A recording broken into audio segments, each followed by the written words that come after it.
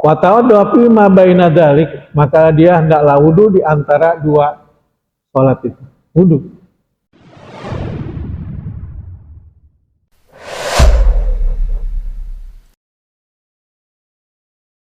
Dia wajib wudu setiap mau sholat. Sedangkan mandi hukumnya apa? Sunnah. Sedangkan mandinya hukumnya sunnah. Mandi 3 kali itu hukumnya sunnah. Dia mandi 2 kali juga nggak apa-apa. Yang penting setiap sholat dia wudu. Dan wudunya sesudah masuk waktu. Jangan sesudah. Ini jangan kita anggap sepele ya. Ini terjadi nanti pada istri-istri kita atau putri-putri kita. Kalau kita nggak ngerti hukumnya, maka repot.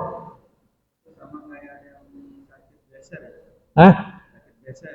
Beser sama beser. Beser wajib sholat. Nah, adapun caranya bagaimana? Orang yang terkena penyakit istihadah itu kan selalu keluar darah. Dia itu kalau mau wudu, bersihkan dulu dia punya parji. Parjinya dibersihkan sampai bersih, kemudian lubang parjinya itu ditutup, disumpal dengan pembalut lah kalau sekarang ya. Kalau sekarang gampang, ada pembalut. Habis pakai pembalut, dia baru wudu. Dan setelah wudu dia langsung sholat.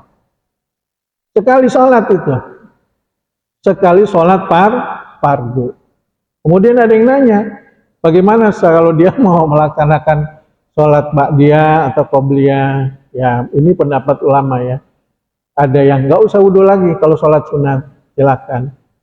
Yang disuruh wudu ini setiap sholat fardu.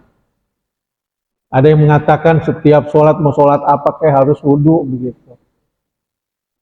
Ya, ada juga imam yang lain mengatakan sholat sunatnya nggak usah wudu lagi.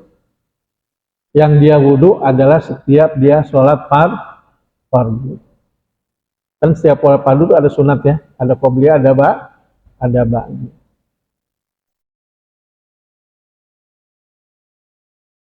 Dah. Kemudian yang hadis yang kedua, wa'an Hamnata. Hadis ini datangnya dari Hamnah binti Jahshin. Hamnah binti Jahshin. Ini adalah saudara dari Zainab Ummul Mukminin. Jadi Hamnah ini saudara dari Zainab Ummul Mukminin. Binti Jahshin, qalat berkata Hamnah, kuntu ustahadu haidatan kathiratan syadidatan. Adalah aku itu istihadah, mengeluarkan darah haid yang banyak, syadidan, yang mengeras atau mengental. Sittata ayam. Syadidatan yang mengental. Fa'ata itu Nabi. Kemudian aku datang kepada Nabi, ngadu kepada Nabi. Istaftihi, dan minta fatwa kepada Nabi. Ya Rasul, bagaimana ini? Aku kalau haid ini keluarnya banyak darah, kemudian mengental, nggak mau berhenti. Faqala, maka kata Nabi, innama hiya raqdatun minasyaiton. Sesungguhnya darah haid itu raqdatun, gejolak daripada setan. Gangguan daripada setan. Fatahayyad di sittata ayam. Maka kamu anggap itu haid sittata ayam. Kalau sudah mencapai 6 hari. Kalau memang biasa haidnya 6 hari. Wasab ata ayam. Atau 7 hari. Kalau memang biasa haidnya 7 hari. Nah sekarang saya tanya bapak-bapak, itu istrinya kalau haid berapa hari kebiasaannya? Nggak sama kan? Ada yang sampai 9 hari, ada yang sampai 10 hari. Tergantung kebiasaannya. Kalau biasanya 10 hari, ya 10 hari. Berarti masa sucinya 20 hari. Kalau dia haidnya 9 hari, masa sucinya 21 hari, begitu aja. Ini menurut hadis ini. Tumatasili, kemudian setelah itu mandilah kamu, nggak usah pusing-pusing. Kamu biasanya haid 6 hari atau 7 hari, udah ke-8-nya udah mandi, kata Nabi. Jangan ragu-ragu. Fa'idastan tanqati fasolli arba'ata wa isrin wa talatata wa isrin.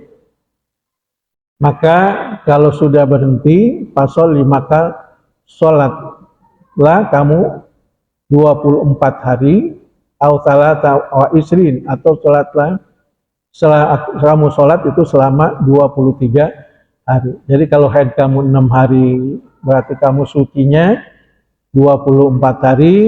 Kalau haidnya sampai 7 hari, sucinya itu 23 hari.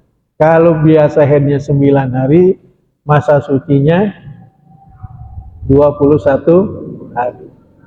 Ada nggak yang 15 hari? Jarang ya? Jarang. Itu 15 hari batas terakhir orang haid.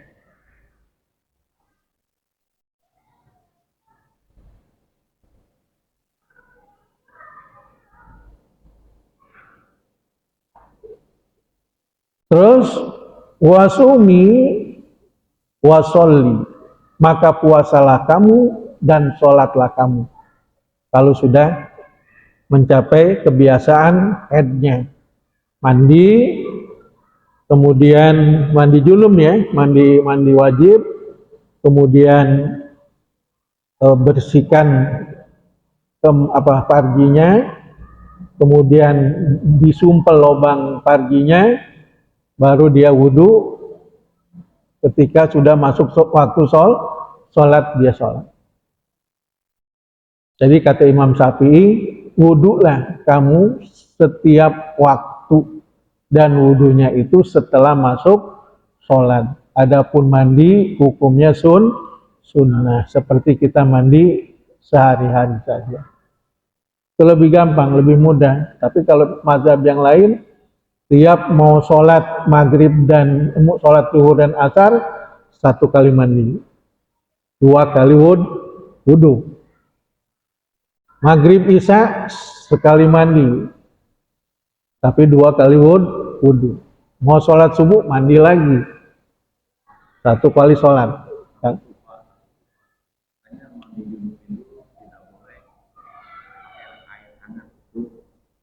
Mandi junub nggak boleh pakai air hangat, kata saya. Air hangat itu kan takutnya air sudah bercampur, jadi rasanya udah berbeda. Air hangat apa nih yang dimasak? Apa air hangat yang di...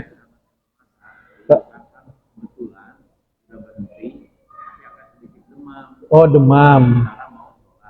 Nah, hangat asal jangan panas, yang nggak boleh panas. Kalau panas itu bisa apa? Merusak. Dan harus hati-hati kalau mandi air panas begitu, jangan sampai kecelup tangan airnya. Masukin ke bak, hati-hati jangan sampai kena tangan. Nyampurin airnya juga jangan sampai kena tangan. Dan ketika mandi nggak boleh airnya itu jatuh ke bak. Jadi antara tempat wadahnya itu lebih tinggi daripada dia. Supaya dia duduk di bangku mandinya, wadahnya di atas kolam. Agak jauh. Jadi kalau mau habis nyiduk, agak jauh. Jangan sampai kecipratan air itu. Jangan dikobok. Gak boleh. Kecuali mazhab Malikina. Kalau pakai yang sudah diatur itu pakai listrik, enak. Ya, nggak apa-apa. Nggak apa-apa. Asal jangan panas. Kalau panas itu makruh. Apalagi panas itu haram. Kalau melepuh, kalau hangat ya. Ya karena penyakit, ya karena demam. Iya. Kalau mandi air dingin menggigil. Gitu ya.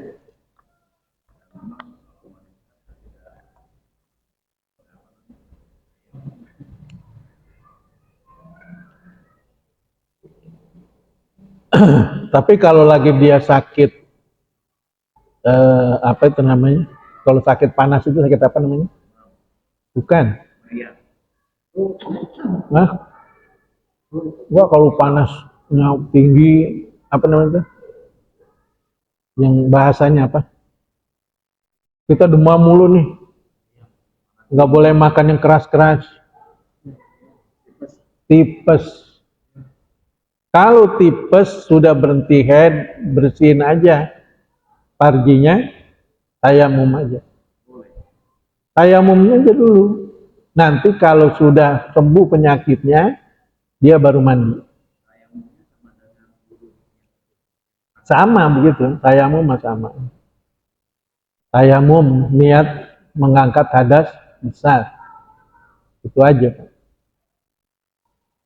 Tapi kalau sudah penyakitnya sembuh, dia wajib mandi sekalipun nggak mengeluarkan darah.